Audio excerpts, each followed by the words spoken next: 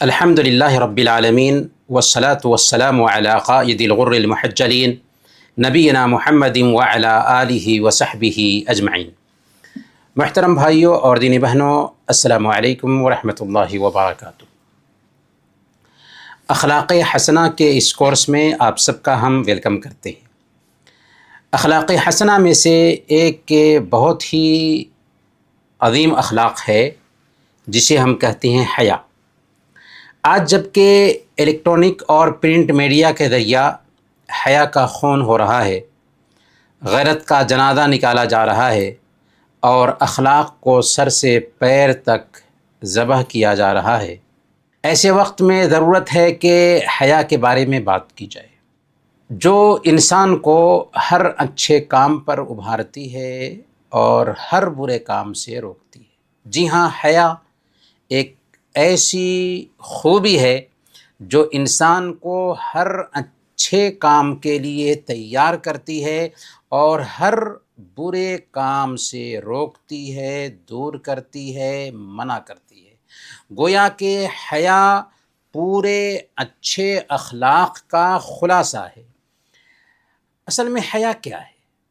حیا کا مطلب ہے شرم اور ادب، جو بے حیائی اور بدتمیزی کا اپوزٹ ہے۔ اور شریعت کی اصطلاح میں اگر ہم حیا کا مفہوم بیان کرنا چاہیں تو حیا یہ ہے کہ ہر وہ چیز جس سے دل میں جھجھک محسوس ہو اور ملامت کے ڈر سے اسے چھوڑ دیا جائے۔ ایسی برائی کہ جس سے دل میں جھجھک محسوس ہو اور ملامت کے ڈر سے اسے چھوڑ دیا جائے، یعنی حیا دل کی اس کیفیت کا نام ہے، دل کی اس شکل کا نام ہے جو انسان کو ملامت اور گناہ کے ڈر سے، برائی سے روک دیتی۔ ایک ہے حیا اور ایک ہے شرم۔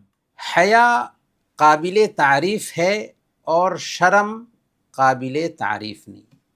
حیا وہ اصل میں اخلاقی خوبی ہے جو انسان کو برائی کا ارتکاب کرنے سے پہلے ہی برائی سے باز رکھتی ہے، جبکہ شرم وہ جھجھک ہے جو کوئی غلطی ہونے کے بعد چہرے پر ظاہر ہوتی ہے۔ گویا حیا انسان کو برائی کے قریب جانے سے روک دیتی ہے، جبکہ شرمندگی برائی ہونے کے بعد چہرے پر جو ندامت ظاہر ہوتی ہے اس کو شرمندگی کہتے ہیں۔ حیا کے فائدے کیا ہیں؟ حیا جب ہم کرتے ہیں تو اس کا ہمیں کیا فائدہ ملتا ہے؟ یاد رکھیں، حیا ایمان کی زینت، اسلام کا شعار ہے، بلکہ انسانی فطرت کی آواز ہے، ایمان کی خصلتوں میں سے ایک خصلت ہے۔ حیا انسان کو گناہ چھوڑنے اور نیکی کے راستے پر چلنے کی توفیق دیتی ہے۔ حیا انسان کو دنیا اور آخرت کی تمام ذلت اور رسوائی سے بچاتی ہے، کیونکہ اس کے اندر حیا کی صفت آ چکی ہے۔ حیا ایک انسان کو باوقار بناتی ہے، جس سے ایک انسان کی خوبی جھلکتی ہے۔ جو آدمی اللہ تعالیٰ سے حیا کرتا ہے، اللہ دنیا اور آخرت میں اس کے عیب کو، اس کی کمی کو چھپا دیتا ہے۔ حیا کرنے والا انسان اللہ تعالیٰ کا محبوب بندہ بن جاتا ہے اور لوگوں کی نظر میں بھی وہ محبوب بن جاتا ہے۔ حیا انسان کو ہر اچھی خوبی سے خود کو مالا مال کرنے کے لیے تیار کرتی ہے۔ یہ انسان کو دوسروں کے حق ادا کرنے پر آمادہ کرتی ہے۔ حیا اس بات کے لیے ایک انسان کو تیار کرتی ہے کہ وہ اپنی بول، اپنے عمل اور اپنی ہر حالت میں اللہ رب العالمین کی موجودگی کا احساس رکھے، ہر وقت اپنے رب کی نگرانی کو اپنے سامنے رکھے۔ حیا دراصل اس کو اس کام کے لیے تیار کرتی ہے۔ جس سماج میں حیا عام ہو جائے وہاں سے برائیاں ختم ہو جاتی ہیں۔ اللہ رب العالمین کے ناموں میں سے ایک نام الحی ہے، بہت زیادہ حیا کرنے والا۔ اللہ کے نبی صلی اللہ علیہ وسلم سنن ابی داؤد کی روایت کے مطابق بیان فرماتے ہیں، ان اللہ عز وجل حی ستیر یحب الحیاء والستر۔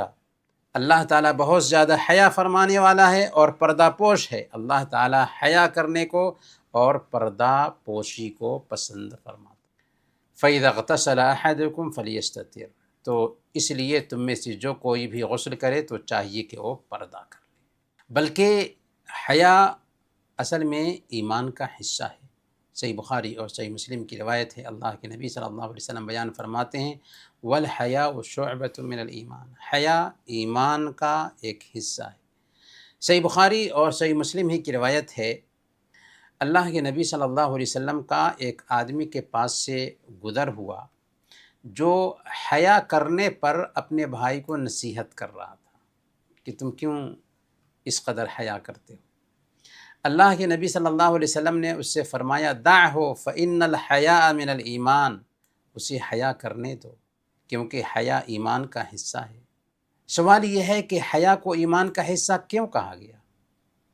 اس لیے کہ حیا اور ایمان دونوں ایک انسان کو بھلائی کی طرف بلاتے ہیں اور برائی کے قریب جانے سے روکتے ہیں۔ اگر کسی آدمی کے اندر بد زبانی آ جاتی ہے، فحش گوئی آ جاتی ہے، گالم گلوچ کرنے لگ جا رہا ہے، تو سمجھ لیجئے کہ اس کے اندر سے حیا نکل چکی ہے، تب اس کے اندر یہ اخلاقی خرابی آ رہی ہے۔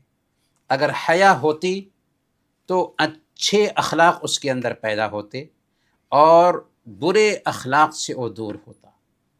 اسی لیے صحیح بخاری کی روایت ہے، اللہ کے نبی صلی اللہ علیہ وسلم نے بیان فرمایا، ان مما ادرک الناس من کلام النبوۃ الاولی اذا لم تستحی فاصنع ما شئت۔ پہلی نبوتوں کے احکام سے جو چیز لوگوں نے پائی ہے، ان میں سے ایک یہ ہے کہ جب تو حیا کا دامن چھوڑ دیتا ہے تو جو جی میں آئے کر گزرو۔ کیا مطلب؟ مطلب یہ ہے کہ حضرت آدم علیہ السلام سے اللہ کے نبی صلی اللہ علیہ وسلم تک یہ تعلیم رہی ہے کہ حیا کو اپنانا ہے، حیا کو اپنی زندگی کا زیور بنانا ہے۔ اگر تم حیا کا دامن چھوڑ دیتے ہو تو حیا کا لباس اتار دینے کی وجہ سے تم ہر بےہودگی کا ارتکاب کر سکتے ہو، ہر غلط کام کا ارتکاب کر سکتے ہو۔ اب جو جی میں آئے کرو۔ انسان جب بے حیا بن جاتا ہے نا تو اپنی مرضی کا غلام بن جاتا ہے۔ اب اس کے لیے کوئی بھی برائی کا ارتکاب کرنا مشکل نہیں ہوتا۔ حیا اور ایمان کا آپس میں اس قدر گہرا تعلق ہے کہ دونوں میں سے کوئی ایک نکل جائے تو دوسرا بھی نکل جاتا ہے۔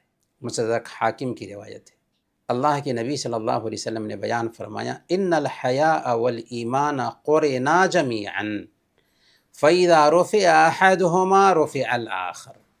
حیا اور ایمان دونوں کو آپس میں ایک ساتھ جوڑ دیا گیا ہے، ایک ساتھ مکس ہے گویا کہ جب ان میں سے ایک اٹھا لیا جاتا ہے تو دوسرا بھی خود بخود اس کے پیچھے چلا جاتا ہے، یعنی ختم ہو جاتا ہے۔ اصل میں اس حدیث میں بتایا یہ جا رہا ہے کہ حیا اور ایمان کا چولی دامن کا رشتہ ہے۔ جب ایک موجود ہوگا تو دوسرا بھی موجود ہوگا، اور اگر ان میں سے ایک ختم ہو جائے تو دوسرا بھی ختم ہو جائے گا۔ مطلب یہ کہ اگر انسان کے اندر سے حیا جاتی رہے تو ایمان کا فائدہ نہیں، ایمان بھی اس کے اندر سے جاتا رہا۔ اور اگر ایمان چلا جائے تو حیا بھی باقی نہیں رہتی۔ گویا کہ حیا اور ایمان کا آپس میں ایک بہت گہرا رشتہ ہے۔ اسی لیے صحیح بخاری اور صحیح مسلم کی روایت ہے، اللہ کے نبی صلی اللہ علیہ وسلم بیان فرماتے ہیں، الحیاء لا یأتی الا بخیر، حیا خیر ہی لاتی ہے۔ حیا بھلائی ہی لاتی ہے۔ کچھ لوگ یہ سمجھتے ہیں کہ حیا مردانگی کے خلاف ہے، نہیں، حیا مردانگی کے خلاف نہیں، یہ صرف عورتوں کی عادت نہیں بلکہ حیا ہر انسان سے مطلوب ہے۔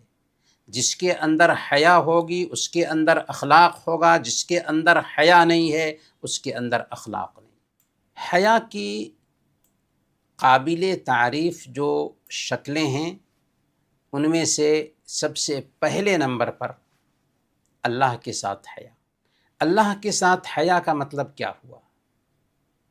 بندے کے دل میں یہ بات بیٹھ جائے کہ اللہ اسے دیکھ رہا ہے، اس کی باتوں کو سن رہا ہے، اسے جان رہا ہے، اس کی نگرانی کر رہا ہے اور اس کی ایک ایک حرکت سے آگاہ ہے۔ اور جب ایک انسان کے دل میں یہ بات بیٹھ جائے گی کہ اللہ تعالیٰ اس کو دیکھ رہا ہے، اسے جان رہا ہے، اس کی ایک ایک حرکت سے آگاہ ہے، اور یہی احسان ہے کہ اللہ کی عبادت ایسے کرو گویا کہ تم دیکھ رہے ہو۔ اگر یہ احساس پیدا نہیں ہوتا ہے تو سمجھو کہ اللہ تمہیں دیکھ رہا ہے۔ تو جب کم سے کم یہ احساس پیدا ہو جائے گا کہ وہ رب کی نگرانی میں ہر وقت، ہر آن، ہر لمحہ ہے، تو اسے شرم آئے گی کہ کیسے رب کے فرائض میں کوتاہی کرے، اسے شرم آئے گی کہ کیسے اللہ نے جن کاموں سے روک دیا ہے ان کاموں کا ارتکاب کرے۔ ایک آدمی اکیلے میں ہوگا، تنہائی میں ہوگا، کوئی اسے دیکھ نہیں رہا ہوگا، لیکن وہاں پر بھی اس کے اندر رب کی نگرانی کا احساس ہوگا۔ اسی لیے صحیح الجامع کی روایت ہے، حضرت عبداللہ بن مسعود رضی اللہ تعالیٰ عنہ بیان فرماتے ہیں کہ اللہ کے نبی صلی اللہ علیہ وسلم نے بیان فرمایا، استحیوا من اللہ حق الحیا، اللہ تعالیٰ سے ویسے ہی حیا کرو جیسے حیا کرنے کا حق ہے۔ ومن استحیا من اللہ حق الحیا فلیحفظ الرأس وما وعى وليحفظ البطن وما حوى وليذكر الموت والبلا، اور جو آدمی اللہ تعالیٰ سے صحیح معنوں میں حیا کرتا ہے اس کو چاہیے کہ سر اور جو کچھ اس میں ہے اس کی حفاظت کرے، سر اور جو کچھ اس میں ہے اس کی حفاظت کرے۔ سر میں آنکھ ہے، سر میں زبان بھی ہے، اور سر میں کان بھی ہے، گویا کہ آنکھ کی حفاظت کرے، زبان کی حفاظت کرے، کان کی حفاظت کرے، آنکھ سے کوئی غلط منظر نہ دیکھے، کان سے کوئی غلط چیز نہ سنے، زبان سے کوئی غلط بات نہ کرے۔ وَلْيَحْفَظِ الْبَطْنَ وَمَا حَوَى، اور جو کچھ پیٹ جمع کر رکھا ہے اس کی حفاظت کرے، دل کی حفاظت کرے، دل میں غلط خیالات نہ پالے، پیٹ میں حرام مال نہ ڈالے، شرمگاہ کی حفاظت کرے، کیونکہ یہ سارے حصے پیٹ سے متعلق ہے۔ وَلْيَذْكُرِ الْمَوْتَ وَالْبِلَا، اور موت کو اور ہڈیوں کے سرگل جانے کو یاد کرے۔ وَمَنْ أَرَادَ الْآخِرَةَ تَرَكَ زِينَةَ الْحَيَاةِ الدُّنْيَا، اور جو آخرت کا رسیا ہوتا ہے، آخرت کی کامیابی چاہتا ہے، وہ دنیا کی زینت کو چھوڑ دیتا ہے۔ فَمَنْ فَعَلَ ذَلِكَ فَقَدْ اسْتَحْيَا مِنَ اللَّهِ حَقَّ الْحَيَاءِ، جس نے ایسا کیا وہ حقیقت میں اللہ تعالیٰ سے حیا کرنے والا ٹھہرا۔ گویا کہ اگر ہم حیا میں سب سے پہلے اللہ رب العالمین کے ساتھ حیا کے مفہوم کو سمجھتے ہیں تو اس کی مانگ یہ ہو جاتی ہے کہ ہم اپنے جسم کے ایک ایک حصے کو رب کی مرضی میں استعمال کریں اور اس کی مرضی کے خلاف چلنے سے خود کو بچائیں۔ حیا میں دوسرے نمبر پر فرشتوں سے حیا بھی آتا ہے۔ ہر انسان کے دائیں اور بائیں کندھے پر فرشتے مقرر ہیں۔ وَإِنَّ عَلَيْكُمْ لَحَافِظِينَ كِرَامًا كَاتِبِينَ يَعْلَمُونَ مَا تَفْعَلُونَ، یقیناً تم پر نگہبان فرشتے مقرر ہیں، تم جو کچھ بھی کرتے ہو جانتے ہیں۔ گویا کہ ہم جو کچھ بھی کرتے ہیں ان حرکتوں کو نوٹ کیا جا رہا ہے، یہاں تک کہ ہمارے اعضاء و جوارح بھی کل قیامت کے دن گواہ بننے والے ہیں، یہاں تک کہ یہ دھرتی بھی ہمارے خلاف یا ہمارے لیے گواہی دینے والی ہے۔ تو یہ احساس دراصل ہمارے اندر حیا پیدا کرتا ہے، اور ہم جب حیا سے مالا مال ہوتے ہیں تو ہم رب کی مرضی کے مطابق زندگی گزارتے ہیں اور رب کی نافرمانی نہیں کرتے۔ حیا کی تیسری شکل ہے انسانوں سے حیا۔ حیا انسان میں مروت پیدا کرتی ہے، اور جب اس کے اندر مروت پیدا ہوتی ہے تو وہ دوسروں کو اپنی زبان سے تکلیف نہیں پہنچاتا، دوسروں کو اپنے ہاتھ سے تکلیف نہیں پہنچاتا، کوئی غلط بات نہیں بولتا، وہ چغلی نہیں کھاتا، لعن طعن نہیں کرتا، غیبت نہیں کرتا، کیونکہ وہ لوگوں سے حیا کر رہا ہے۔ اس طریقے سے اس کے حالات سدھر جاتے ہیں، اس کی طبیعت اچھی ہو جاتی ہے، اس کا اخلاق سنور جاتا ہے۔ حیا میں ایک چیز آتی ہے نبی اکرم صلی اللہ علیہ وسلم سے حیا۔ نبی اکرم صلی اللہ علیہ وسلم سے حیا کی مانگ یہ ہے کہ صرف زبان سے دعویٰ کرنے کی بجائے حقیقت میں نبی اکرم صلی اللہ علیہ وسلم کی پیروی کی جائے، آپ کی اطاعت کی جائے۔ اگر ہم حقیقی معنوں میں اللہ کے نبی صلی اللہ علیہ وسلم سے محبت کا دعویٰ کرتے ہیں تو آپ کی تعلیمات کو فالو کریں۔ قُلْ إِن كُنتُمْ تُحِبُّونَ اللَّهَ فَاتَّبِعُونِي يُحْبِبْكُمُ اللَّهُ، آپ فرما دیجئے کہ اگر تمہیں اللہ رب العالمین سے محبت کا دعویٰ ہے تو میری تابعداری کرو۔ نبی اکرم صلی اللہ علیہ وسلم کی تابعداری دراصل آپ سے حیا ہے، اور نبی اکرم صلی اللہ علیہ وسلم کے قانون کے خلاف زندگی گزارنا دراصل بے حیائی ہے۔ عورت کی بھی ایک حیا ہوتی ہے، عورت کی حیا کا مظہر اس کے پہناوے سے ظاہر ہوتا ہے، اس کے حلیے سے ظاہر ہوتا ہے۔ چنانچہ ایک مسلمان عورت کی پہچان یہ ہے کہ وہ حجاب میں ہو، اس سے اس کی حیا جھلکتی ہے، اور اگر عورت حجاب میں نہیں ہے تو اس کو ہم حیا والی عورت نہیں کہہ سکتے۔ گفتگو اور زبان کی بھی حیا ہوتی ہے۔ گفتگو اور زبان کی حیا یہ ہے کہ مسلمان اپنی زبان کو فحش گوئی سے پاک رکھے، عیب جوئی سے پاک رکھے، دوسروں کا برے الفاظ میں تذکرہ کرنے سے پاک رکھے، کیونکہ یہ انتہائی بے ادبی ہے کہ انسان منہ سے کچھ بولے اور دوسروں کا دل دکھائے۔ حیا نہایت ہی عمدہ خصلت ہے، نہایت ہی اعلیٰ خصلت ہے، لیکن حیا کا سہارا لے کر نیکی کے کام سے خود کو روک لینا، برائی دیکھ کر کے اس سے نہیں روکنا، یہ حیا نہیں ہے بلکہ یہ بزدلی اور کمزوری ہے۔ گویا کہ ہمارے سماج میں حیا کے نام سے اچھے کام نہیں کیے جاتے، حیا کے نام پر برائی سے خاموشی اختیار کی جاتی ہے، تو یہ حیا نہیں، یہ بزدلی ہے۔ تو حیا کے مفہوم کو اپنی زندگی میں اتارنا ہے صحیح طریقے سے۔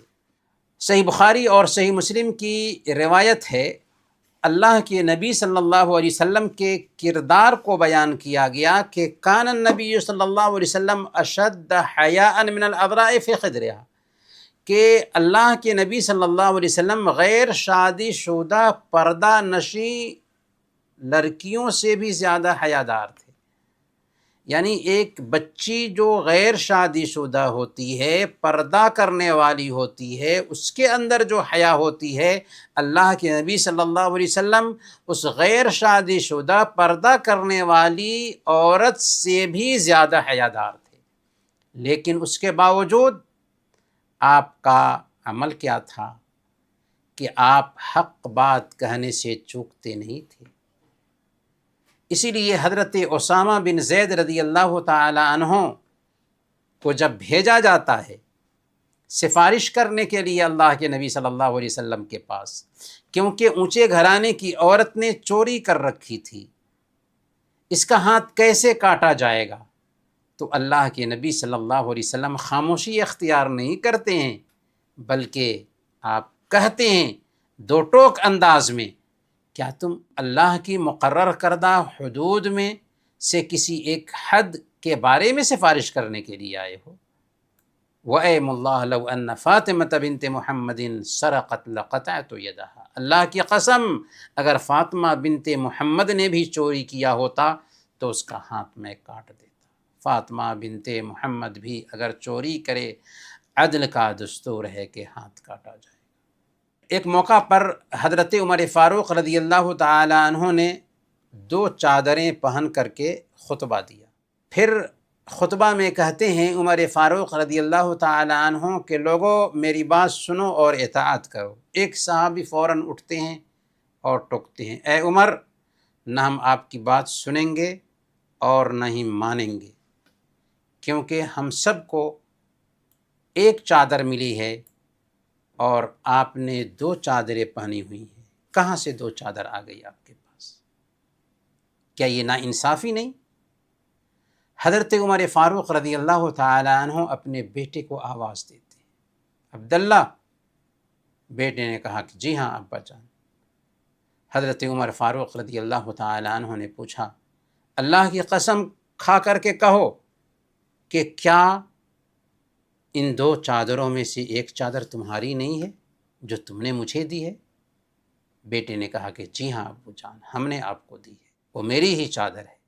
یہ سن کر صحابی کہتے ہیں، اے عمر، اب ہم آپ کی بات سنیں گے بھی اور اطاعت بھی کریں گے۔ تو یہاں غور کریں، صحابی رسول کو جھجک نہیں ہوئی کہ کیسے ہم عمر فاروق رضی اللہ تعالی عنہ کو ٹوک دیتے ہیں، کیونکہ انہوں نے دیکھا تھا سب کو تو ایک چادریں ملی ہیں، لیکن امیر المؤمنین کے پاس میں 2 چادر کہاں سے آ گئی؟ تب پتہ چلا کہ ایک چادر ان کے بیٹے کی ہے جو اپنے باپ کو انہوں نے ہدیہ کیا ہے۔ سبحان اللہ، کیسا کردار تھا۔ اسی طریقے سے علم حاصل کرنے اور دین سیکھنے میں بھی حیا رکاوٹ نہیں بن سکتی۔ صحیح بخاری اور صحیح مسلم کی روایت ہے، حضرت ام سلیم رضی اللہ تعالی عنہ، ابو طلحہ رضی اللہ تعالی عنہ کی بیوی، دینی مسئلہ پوچھنے کے لیے اللہ کے نبی صلی اللہ علیہ وسلم کے پاس آتی ہیں اور کہتی ہیں، ان اللہ لا یستحی من الحق، اللہ تعالیٰ حق بات سے نہیں شرماتا۔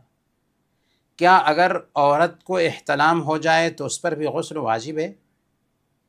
اللہ کے نبی صلی اللہ علیہ وسلم نے فوراً جواب دیا، یہاں مسئلہ اور دین کا مسئلہ ہے، کہا کہ اگر وہ سفید پانی دیکھ لے تو غسل واجب ہے۔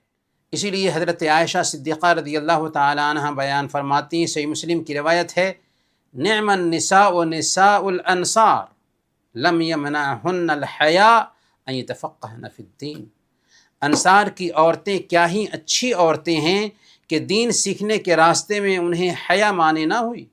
گویا کہ حیا کے نام پر سوال کرنے سے رک جانا یہ حیا نہیں ہے، بلکہ یہ بزدلی ہے، یہ کمزوری ہے، یہ پست ہمتی ہے۔ حیا کا جب فقدان ہوتا ہے، حیا جب ایک انسان کے اندر سے نکلتی ہے تو تنہائی پامال ہونے لگتی ہے، تنہائی پاکیزہ نہیں رہتی، اور جب تنہائی پامال ہوتی ہے تو کتنی سخت وعید آئی ہے۔ ذرا یہ حدیث سنیے، الصادق المصدوق نے کیا فرمایا ہے، سنن ابن ماجہ کی روایت ہے، حضرت ثوبان رضی اللہ تعالی عنہ بیان فرماتے ہیں، اللہ کے نبی صلی اللہ علیہ وسلم نے بیان فرمایا، لَأَعْلَمَنَّ أَقْوَامًا مِّنْ أُمَّتِي يَأْتُونَ يَوْمَ الْقِيَامَةِ بِحَسَنَاتٍ أَمْثَالِ جِبَالِ تِهَامَ بِيضًا فَيَجْعَلُهَا اللَّهُ هَبَاءً مَّنثُورًا۔ میں اپنی امت میں سے ایسے لوگوں کو جانتا ہوں جو کل قیامت کے دن اس حالت میں آئیں گے کہ ان کے پاس تہامہ پہاڑ کے جیسے نیکیاں ہوں گی، اللہ تعالیٰ ان ساری نیکیوں کو غبار کے جیسے غارت کر دے گا۔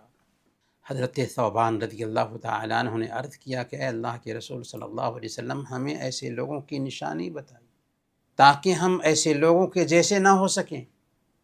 اللہ کے نبی صلی اللہ علیہ وسلم نے فرمایا، اما انہم اخوانکم ومن جلدتکم ویأخذون من اللیل کما تأخذون ولکنہم اقوام اذا خلوا بمحارم اللہ انتہکوها۔ وہ لوگ تمہارے جیسے ہی ہوں گے، تمہارے دینی بھائی ہوں گے، وہ نماز بھی پڑھتے ہوں گے، روزے بھی رکھتے ہوں گے، اور تمہارے جیسے قیام اللیل بھی کرتے ہوں گے، لیکن ان کا معاملہ یہ ہوگا کہ جب اللہ تعالیٰ کی حرام کی ہوئی چیزوں کو تنہائی میں ہوں تو اللہ کی حرمت کو پامال کر بیٹھے۔ گویا کہ حیا کے خلاف یہ چیز ہے کہ ایک انسان اپنی تنہائی کو داغدار کرے۔ اکیلے میں بھی حیا ہونی چاہیے، رب سے حیا ہونی چاہیے، اس بات کے لیے حیا ہونی چاہیے کہ فرشتے ہماری ایک ایک حرکت نوٹ کر رہے ہیں، اس بات پر حیا ہونی چاہیے کہ ہمارے اعضاء و جوارح بھی کل قیامت کے دن ہمارے خلاف گواہی دیں گے، اس بات پر بھی حیا ہونی چاہیے کہ یہ دھرتی جہاں پر بیٹھ کر کے ہم رب کی غیرت کو چیلنج دے رہے ہیں، یہ دھرتی بھی ہمارے خلاف ہو جائے گی۔ آئیے ذرا حیا کے کچھ نمونے سنتے ہیں۔ حضرت آدم اور حوا علیہم السلام کو دیکھیے، پہلے دونوں انسان ہیں، جب اس درخت کا پھل کھا لیتے ہیں جس کا پھل کھانے سے اللہ تعالیٰ نے منع کیا تھا، تو کیا ہوا؟ اللہ تعالیٰ نے سورہ الاعراف آیت نمبر 22 میں بیان فرمایا، فَلَمَّا ذَاقَا الشَّجَرَةَ بَدَتْ لَهُمَا سَوْآتُهُمَا وَطَفِقَا يَخْصِفَانِ عَلَيْهِمَا مِنْ وَرَقِ الْجَنَّةِ، کہ جب ان دونوں نے درخت کا ذائقہ چکھ لیا تو ان کے سطر ایک دوسرے کے سامنے کھل گئے، ایک دوسرے کے سامنے سطر کھل گئے۔ اب وہ جنت کے پتوں کو اپنے اوپر جوڑ جوڑ کر ڈھانپنے لگے۔ اس واقعے سے پتہ کیا چلتا ہے؟ پتہ یہ چلتا ہے کہ حیا فطرت میں شامل ہے اور لباس بھی فطرت میں شامل ہے۔ اللہ کے نبی حضرت موسیٰ علیہ السلام کو دیکھیے کہ بنو اسرائیل ان کے اوپر الزام ڈالتے تھے کہ ان کے جسم میں کچھ ہے جس کی وجہ سے یہ تنہائی میں غسل کرتے ہیں۔ صحیح بخاری اور صحیح مسلم کی روایت ہے، حضرت ابو ہریرہ رضی اللہ تعالیٰ عنہ اس حدیث کے راوی ہیں، اللہ کے نبی صلی اللہ علیہ وسلم نے فرمایا کہ حضرت موسیٰ علیہ السلام انتہائی حیادار انسان تھے، اپنے جسم کو چھپانے والے انسان تھے، ان کی حیا کی وجہ سے ان کی جلد کا کوئی حصہ نظر نہیں آتا تھا۔ بنو اسرائیل ان کو تکلیف دیتے تھے، انہوں نے کہا کہ یہ اپنے جسم کو چھپاتے ہیں اس لیے کہ ان کے پاس عیب ہے۔ اللہ تعالیٰ نے چاہا کہ ان کو اس تہمت سے پاک کیا جائے، چنانچہ ایک دن حضرت موسیٰ علیہ السلام تنہائی میں گئے، اپنے کپڑے اتارا، کیونکہ تنہائی میں اور خاص طور پر ایسے حالات میں جب کہ آدمی کے پاس میں ایک ہی کپڑے ہوں تو اس بات کی گنجائش پائی جاتی ہے کہ کپڑے اتار کر کے غسل کرے، پردے میں، کوئی حرج کی بات نہیں ہے۔ تو اللہ کے نبی صلی اللہ علیہ وسلم فرماتے ہیں کہ ایک دن حضرت موسیٰ علیہ السلام تنہائی میں گئے، کپڑے اتارا اور کپڑے کو پتھر پر رکھ کر غسل کرنے لگے۔ جب غسل سے فارغ ہو کر کپڑے لینے کے لیے بڑھے تو پتھر ان کے کپڑے کو لے کر کے بھاگ کھڑا ہوا۔ حضرت موسیٰ علیہ السلام نے اپنی لاٹھی اٹھائی اور پتھر کے پیچھے بھاگے۔ آپ کہتے جا رہے تھے اے پتھر میرے کپڑے، اے پتھر میرے کپڑے، یہاں تک کہ بھاگتے بھاگتے بنو اسرائیل کے مجمع کے پاس پہنچ گئے۔ لوگوں نے حضرت موسیٰ علیہ السلام کو اس حال میں دیکھا تو سمجھ گئے کہ حضرت موسیٰ علیہ السلام کے اندر کوئی عیب نہیں ہے۔ اس طرح حضرت موسیٰ علیہ السلام کی بے گناہی ثابت ہو گئی۔ پھر وہیں پر پتھر رک گیا اور حضرت موسیٰ علیہ السلام نے اپنے کپڑے پہن لیے۔ اسی کی طرف اشارہ کرتے ہوئے اللہ تعالیٰ فرماتا ہے یا ایھا الذین آمنوا لا تکونوا کالذین آذوا موسیٰ فبرأہ اللہ مما قالوا وکان عند اللہ وجیہا۔ اے ایمان والو، تم ان لوگوں کے جیسے نہ ہو جاؤ جنہوں نے حضرت موسیٰ علیہ السلام کو تکلیف پہنچائی۔ اللہ نے انہیں ان لوگوں کی کہی ہوئی باتوں سے پاک کر دیا اور وہ اللہ تعالیٰ کے ہاں بڑے ہی آبرومند تھے۔ اللہ کے نبی صلی اللہ علیہ وسلم کی حیا دیکھیے۔ حضرت ابو سعید خدری رضی اللہ تعالیٰ عنہ بیان فرماتے ہیں، صحیح بخاری اور صحیح مسلم کی یہ روایت ہے کہ اللہ کے نبی صلی اللہ علیہ وسلم پردہ نشیں حیادار کنواری عورت سے بھی زیادہ حیا کرنے والے تھے۔ جب کوئی ناپسندیدہ چیز دیکھتے تو آپ کے چہرے پر اس کا اثر ظاہر ہو جاتا تھا۔ حضرت عثمان رضی اللہ تعالی عنہ کی حیا دیکھیے۔ صحیح مسلم کی یہ روایت ہے، حضرت عائشہ صدیقہ رضی اللہ تعالی عنہ بیان فرماتی ہیں کہ اللہ کے رسول صلی اللہ علیہ وسلم میرے گھر میں لیٹے ہوئے تھے۔ آپ کی رانوں یا پنڈلیوں سے کپڑا ہٹا ہوا تھا۔ اسی حالت میں ابو بکر رضی اللہ تعالیٰ عنہ نے اجازت مانگی، آپ نے اجازت دے دی اور آپ اسی حالت میں لیٹے رہے اور باتیں کرتے رہے۔ پھر عمر فاروق رضی اللہ تعالیٰ عنہ نے اجازت مانگی، آپ نے انہیں بھی اجازت دے دی اور اسی حالت میں باتیں کرتے رہے۔ پھر حضرت عثمان رضی اللہ تعالی عنہ آئے، انہوں نے اجازت مانگی تو آپ فوراً اٹھ کر بیٹھ گئے اور اپنے کپڑے درست فرما لیے۔ جب حضرت عثمان رضی اللہ تعالی عنہ چلے گئے تو حضرت عائشہ صدیقہ رضی اللہ تعالی عنہ نے عرض کیا کہ ابو بکر آئے اور آپ نے زحمت نہیں کی، عمر آئے اور آپ نے ان کی بھی پرواہ نہیں کی، جب عثمان آئے تو آپ اٹھ کر بیٹھ گئے اور اپنے کپڑے کو سنبھال لیا۔ اللہ کے نبی صلی اللہ علیہ وسلم نے فرمایا الا استحی من رجل تستحی منہ الملائکہ، کیا میں اس آدمی سے حیا نہ کروں جس سے فرشتے بھی حیا کرتے ہیں؟ حضرت علی رضی اللہ تعالی عنہ کی حیا کا قصہ سنیے۔ صحیح بخاری اور صحیح مسلم کی روایت ہے، وہ بیان فرماتے ہیں کہ مجھے مدی بہت زیادہ آتی تھی۔ مدی وہ پانی ہے جو شہوت کے بارے میں سوچنے کی وجہ سے عام طور پر آتی ہے، ورنہ ایسے بھی طاقتور انسان کو مدی آ جاتی ہے۔ تو مجھے مدی بہت زیادہ آیا کرتی تھی، لیکن رسول اللہ صلی اللہ علیہ وسلم سے اس کے بارے میں پوچھنے میں مجھے حیا آتی تھی، کیونکہ ان کی بیٹی یعنی حضرت فاطمہ رضی اللہ تعالی عنہ میرے نکاح میں تھی۔ اس لیے میں نے مقداد بن اسود رضی اللہ تعالی عنہ سے کہا کہ وہ اللہ کے نبی صلی اللہ علیہ وسلم کے پاس جا کر کے یہ مسئلہ پوچھیں۔ تو انہوں نے پوچھا تو آپ نے فرمایا ایسا آدمی اپنی شرمگاہ کو دھو لے اور وضو کر لے۔ حضرت عائشہ رضی اللہ تعالی عنہ کی حیا کا واقعہ سنیے۔ مسند احمد میں یہ روایت آئی ہے، حضرت عائشہ صدیقہ رضی اللہ تعالی عنہ بیان فرماتی ہیں کہ میں اپنے کمرے میں داخل ہوتی تھی جہاں رسول اللہ صلی اللہ علیہ وسلم اور میرے والد دفن تھے، تو میں اپنے اوپر اضافی کپڑے ڈال لیتی تھی اور دل میں کہتی تھی کہ یہاں صرف میرے شوہر اور میرے والد ہیں۔ لیکن جب حضرت عمر فاروق رضی اللہ تعالی عنہ بھی وہاں دفن ہو گئے تو حیا کی وجہ سے جب میں جاتی تو اچھی طرح سے لپیٹ کر کے داخل ہوتی تھی۔ سبحان اللہ، یہ صحیح مسلم میں بھی روایت آئی ہے، ذرا غور کریں۔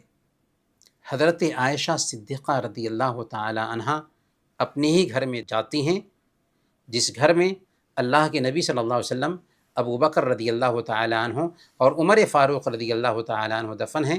تو اللہ کے نبی صلی اللہ علیہ وسلم اور ابو بکر رضی اللہ تعالی عنہ یہ تو آپ کے محرم ہوئے، لیکن عمر فاروق رضی اللہ تعالی عنہ وفات پا چکے ہیں۔ اس کے باوجود بھی جب جاتی ہیں گھر میں تو اپنے اوپر کپڑا لپیٹ کر کے جاتی ہیں۔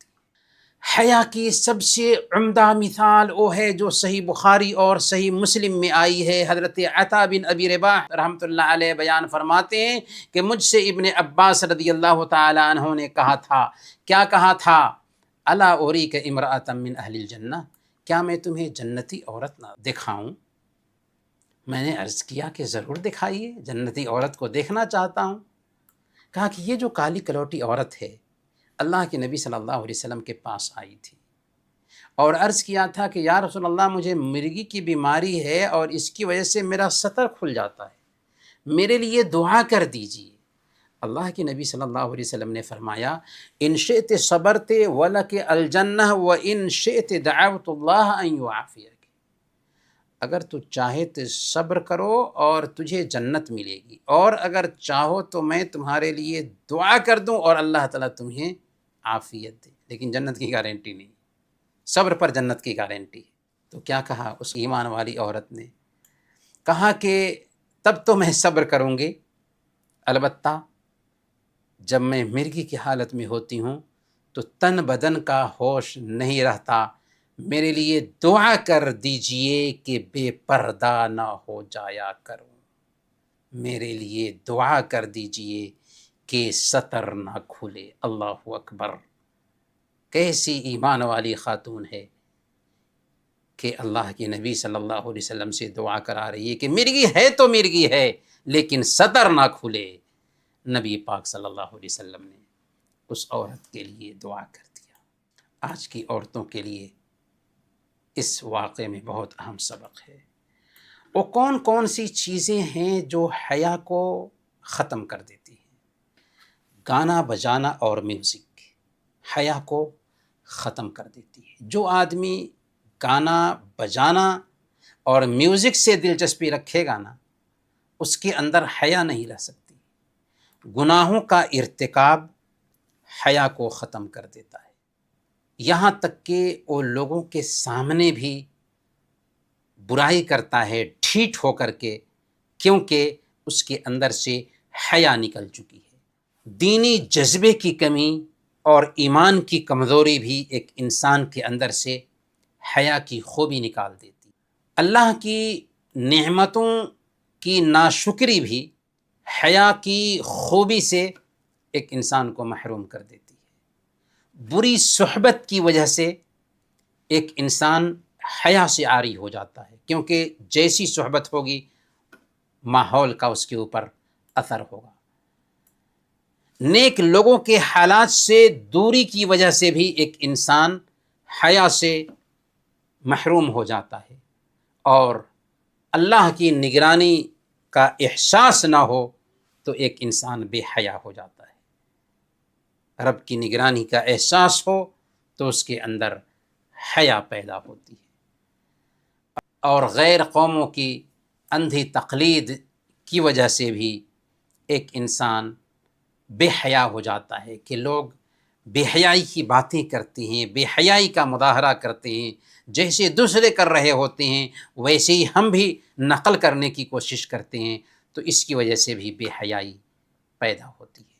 مسلم معاشرے میں بے حیائی کے بہت سارے مظاہر آج پائے جاتے ہیں، ان میں سے چند مظاہر کی طرف ہم اشارہ کرنا چاہیں گے۔ ایک مظہر ہے عورت کا تنگ لباس پہن کر نکلنا۔ بے حیائی کا یہ بہت بڑا مظہر ہے کہ ایک عورت جب گھر سے باہر نکلتی ہے تو پہنی بھی ہوتی ہے، ننگی بھی ہوتی ہے۔ اللہ کے نبی صلی اللہ علیہ وسلم نے صحیح مسلم کی روایت کے مطابق بیان فرمایا کہ 2 طرح کے جہنمی ایسے ہیں جنہیں ہم نے نہیں دیکھا، بعد میں آئیں گے۔ ان میں سے ایک وَنِسَاءٌ كَاسِيَاتٌ عَارِيَاتٌ مُمِيلَاتٌ مَائِلَاتٌ رُؤُوسُهُنَّ كَأَسْنِمَةِ الْبُخْتِ الْمَائِلَةِ لَا يَدْخُلْنَ الْجَنَّةَ وَلَا يَجِدْنَ رِيحَهَا، کہ ایسی عورتیں جو لباس پہنے بھی ہوں گی، ننگی بھی ہوں گی، مائل کریں گی، مائل ہوں گی، ان کے سر اونٹ کی جھکی ہوئی کوہان کے جیسے ہوں گے۔ وہ ایسی عورتیں ہوں گی نہ جنت میں داخل ہوں گی اور نہ ہی جنت کی خوشبو پائیں گی، حالانکہ جنت کی خوشبو اتنی دوری سے سونگھی جا رہی ہے۔ تو آج کے دور کا یہ المیہ ہے کہ ہم دیکھتے ہیں کہ ایسی عورتیں واقعی پہنی بھی ہوتی ہیں، ننگی بھی ہوتی ہے۔ یہ بے حیائی کا کھلا مظہر ہے۔ دوسرے نمبر پر، سماج میں قریبی رشتہ داروں سے بے احتیاطی برتنا، یعنی شوہر کا بھائی جسے اللہ کے نبی صلی اللہ علیہ وسلم نے موت قرار دیا ہے، اس سے پردہ کرنا آج پرانے زمانے کا خیال تصور کیا جاتا ہے، حالانکہ صحیح بخاری اور صحیح مسلم کی روایت ہے، اللہ کے نبی صلی اللہ علیہ وسلم نے ایک موقع سے بیان فرمایا تھا، ایاکم والدخول علی النساء، تم تنہائی میں عورتوں کے پاس جانے سے بچو۔ ایک انصاری صحابی نے پوچھا کہ ارأیت الحم، اے اللہ کے نبی صلی اللہ علیہ وسلم دیور کے بارے میں کیا حکم ہے؟ آپ نے فرمایا الحم والموت، دیور تو موت ہے۔ اسی طریقے سے سالیوں کا بہنوئی سے پردہ نہ کرنا، سالی بہنوئی سے ہنسی مذاق کرنا اپنا حق سمجھتی ہے، بہنوئی بھی سالیوں سے ہنسی مذاق کرنا اپنا حق سمجھتے ہیں۔ یہ بے حیائی کی بدترین شکل ہے جو ہمارے سماج میں پائی جاتی ہے۔ دوستوں یا تعلق رکھنے والے لوگوں کو اپنے گھر میں داخل کرنا، یہ دیوثیت ہے۔ ہاں، اگر مہمان آیا ہے تو پردے کا اہتمام کرتے ہوئے مہمان آ سکتا ہے، لیکن بے پردگی میں گھر کے راز کو بھی جان رہا ہو، بالکل بے جھجک گھر میں آتا جاتا ہو، یہ دیوثیت ہے۔ اور الیکٹرانک اور پرنٹ میڈیا کے زمانے میں عجیب مناظر موبائل کے اسکرین پہ دیکھنا، یہ بھی بے حیائی ہے۔ باحیا انسان کبھی بھی گندی چیزوں کو نہیں دیکھتا۔ سوال یہ ہے کہ حیا کی خوبی ہمارے اندر کیسے پیدا ہوگی؟ سب سے پہلے نمبر پر اللہ تعالیٰ کی نگرانی کا احساس پیدا ہو۔ یہ احساس پیدا ہو کہ ہم جہاں کہیں بھی رہیں، رب ہمیں دیکھ رہا ہے، ہمیں جان رہا ہے، ہماری ایک ایک حرکت سے آگاہ ہے۔ اس کے فرشتے ہیں جو ہماری ایک ایک حرکت کو نوٹ کر رہے ہیں۔ ہمارے اعضاء و جوارح بھی کل قیامت کے دن ہمارے خلاف گواہی دیں گے، یہاں تک کہ یہ دھرتی بھی ہمارے خلاف گواہی دے گی۔ اگر یہ چار طرح کا جو احساس ہے ہمارے دل میں پیدا ہوگا تو ہمارے اندر حیا کی خوبی پیدا ہوگی۔ دوسرے نمبر پر اللہ کے نبی صلی اللہ علیہ وسلم کی سنت پر عمل کریں۔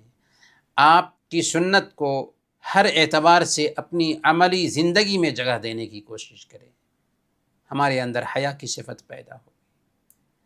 اپنے اعضاء و جوارح کی حفاظت کریں، زبان کو لگام دیں، آنکھ کو لگام دیں، کان کو لگام دیں، اور جسم کے ایک ایک عضو کو لگام دیں۔ اللہ کی نافرمانی میں انہیں استعمال نہ کریں، ہمارے اندر حیا پیدا ہوگی۔ اور بچوں کی حیا پر تربیت کریں، بچپن سے ہی بچوں کے اندر شرم و حیا اور پاک دامنی کی صفت پیدا کریں۔ بچیوں کو بچپن سے ہی ایسا لباس پہنائیں کہ ان کے اندر حیا کی صفت پیدا ہو۔ نیک لوگوں کی صحبت میں بیٹھیں، نیک لوگوں کی زندگی کا مطالعہ کریں، بری صحبت سے دور رہیں، اور اللہ تعالیٰ سے دعا بھی کریں، کیونکہ دل کا مالک اللہ تعالیٰ ہے، وہی صحیح معنوں میں ہمارے اندر حیا پیدا کر سکتا ہے۔ اور سوشل میڈیا کے فحش جو پروگرامز ہیں ان سے خود کو بچائیں، گندی اور بے حیائی پر مبنی چیزوں سے خود کو بچائیں، کیونکہ اگر ایسی چیزیں دیکھیں گے تو ہمارے اندر سے غیر شعوری طور پر حیا کی صفت نکل جائے گی، اور آخرت کا احساس دل میں بیٹھائیں۔ دھیان رکھیں کہ قیامت کے دن ہمیں اپنے رب کے پاس پہنچنا ہے۔ یومئذ تعرضون لا تخفی منکم خافیہ، رب کے پاس حاضر کیے جاؤ گے، کوئی بھی چیز چھپی ہوئی نہیں ہوگی۔ تو یاد رکھیں آخرت کو، ہمارے اندر حیا کی صفت پیدا ہوگی۔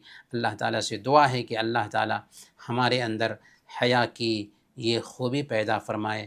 آمین۔ وصلی اللہ علی نبینا محمد وعلی آلہ وصحبہ اجمعین۔